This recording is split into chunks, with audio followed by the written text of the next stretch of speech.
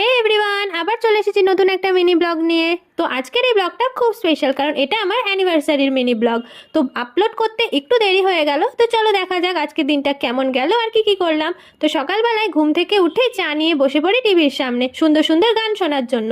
তো তারপর সান্ধান করে রেডিও হয়ে নি। তো রেডি হওয়ার পর সবাই বললো যে গলাটা খালি খালি লাগছে কিছু একটা পর। প্রথমে আমি একটা চেন পরেছিলাম, তো তার জন্য আবার আমি মালা পরি। তো তারপর আমরা রেডি হয়ে বেরিয়েও পড়ি। তো তোমরা আমায় বলো তো, আমাকে একটা চেন পরে ভালো লাগছিল না এই দুটো মালা পরে বেশি ভালো লাগছে? তো তারপর চলো দেখা যাক কি হয়। তো তারপরে আমরা চলেও আসি। তো পুজোর ডালিও কিনে আমরা ভিতরে চলে যাই মায়ের দর্শনের জন্য। তো আমরা অনেক সকাল সকালই চলে গেছিলাম, তো তখনও মায়ের পুজো শুরু হয়নি। যতক্ষণ না মায়ের পুজো শুরু হচ্ছে আমরা বসেই ছিলাম লাইন দিয়ে আর চারিদিকের ভিডিও করছিলাম। তো তোমাদের সাথেও সেই ভিডিও শেয়ার করলাম। তো মায়ের মন্দিরে প্রায় অনেক দিন ধরেই আসবো আসবো করছি, কিন্তু আসা হচ্ছে না। বিয়ের পর পুজো দেওয়ার মতো সময়ও সেই হচ্ছিল না।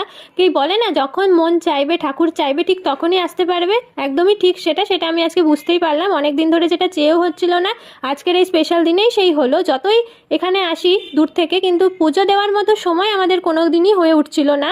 তো তারপর আমরা পুজো দিয়েও ফেলি।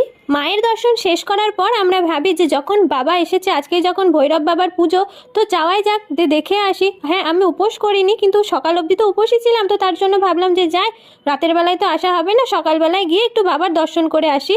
তো যেমন ভাবা সেই ভেবেই আমরা চলে যাই। তো গিয়ে দেখি প্রচণ্ডই ভিড় ছিল। তখন পুজো শুরু হয়নি, কিন্তু পুজোর জন্য চারিদিকে লোকজন প্রায় চলে এসেছে।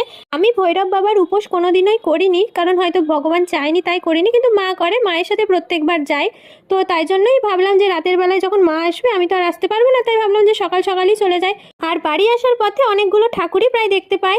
আর তারপরে চলে আসি মিষ্টির দোকানে, কারণ বাড়ির পুজোর জন্য আমাদের কিছু মিষ্টির দরকার। তো তার জন্য গোপালের আমরা অনেক রকমের মিষ্টি আর ছানা মাখন দই নিয়ে চলেও আসি। তারপর বাড়িতে পুজোও শুরু হয়ে যায়। আর আমাদেরকে বলেই দেওয়া হয়েছিল যেন তাড়াতাড়ি বাড়ি চলে আসি, কারণ আজকে বাড়িতে ঠাম্মা পুজো করবে আর আমাদেরকে সেখানে বসতেই হবে। যেহেতু এটা প্রথম বছর, একটু কিছু লক্ষণেরও ব্যাপার থাকে। তো তার জন্য আমরা তাড়াতাড়ি বাড়িও চলে যাই পুজো শেষ করে। পর আমরা বাড়ির সকলে মিলে বসেও পড়ি পুজোতে এবং পুজো শুরুও করে দেয়।